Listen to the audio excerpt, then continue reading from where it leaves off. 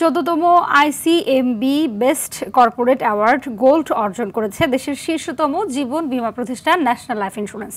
বৃহস্পতিবার রাজধানীর একটি হোটেলে জাঁকজমকপূর্ণ অনুষ্ঠানে অর্থ উপদেষ্টা ডক্টর সালেহ উদ্দিন আহমেদ ও বাণিজ্য উপদেষ্টা শেখ বশির উদ্দিন, ন্যাশনাল লাইফের মুখ্য নির্বাহী কর্মকর্তা মোহাম্মদ কাজিম উদ্দিন ও সিএফও প্রবীর চন্দ্র দাস এর হাতে অ্যাওয়ার্ড তুলে দেন। কর্পোরেট গভর্নেন্স, ট্রান্সপারেন্সি ও জাতীয় অর্থনীতিতে অবদানের স্বীকৃতিস্বরূপ লাইফ ইন্স্যুরেন্স ক্যাটাগরিতে একমাত্র ন্যাশনাল লাইফ প্রথম হয়ে গোল্ড পুরস্কার অর্জন করে।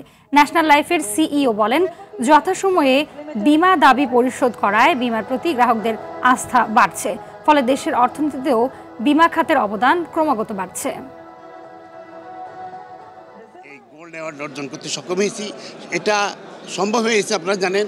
আমরা ন্যাশনাল লাইফ ইন্স্যুরেন্স পিএলসি আমরা সময় মতো গ্রাহকের দাবি পরিশোধ করি। আমরা ২০২৩ সালে আমরা ১১০৮ কোটি টাকা গ্রাহকের দাবি পরিশোধ করতে সক্ষম হয়েছি। তার বিপরীতে আমরা প্রায় ১৯০০ কোটি টাকা প্রিমিয়াম আয় করতে সক্ষম হয়েছি এবং এই বছর ২০২৪ সালে আমরা ১২০০ কোটি টাকা পেমেন্ট করতে যাচ্ছি। অলরেডি ১০০০ কোটি টাকা আমরা দাবি পরিশোধ করে ফেলছি।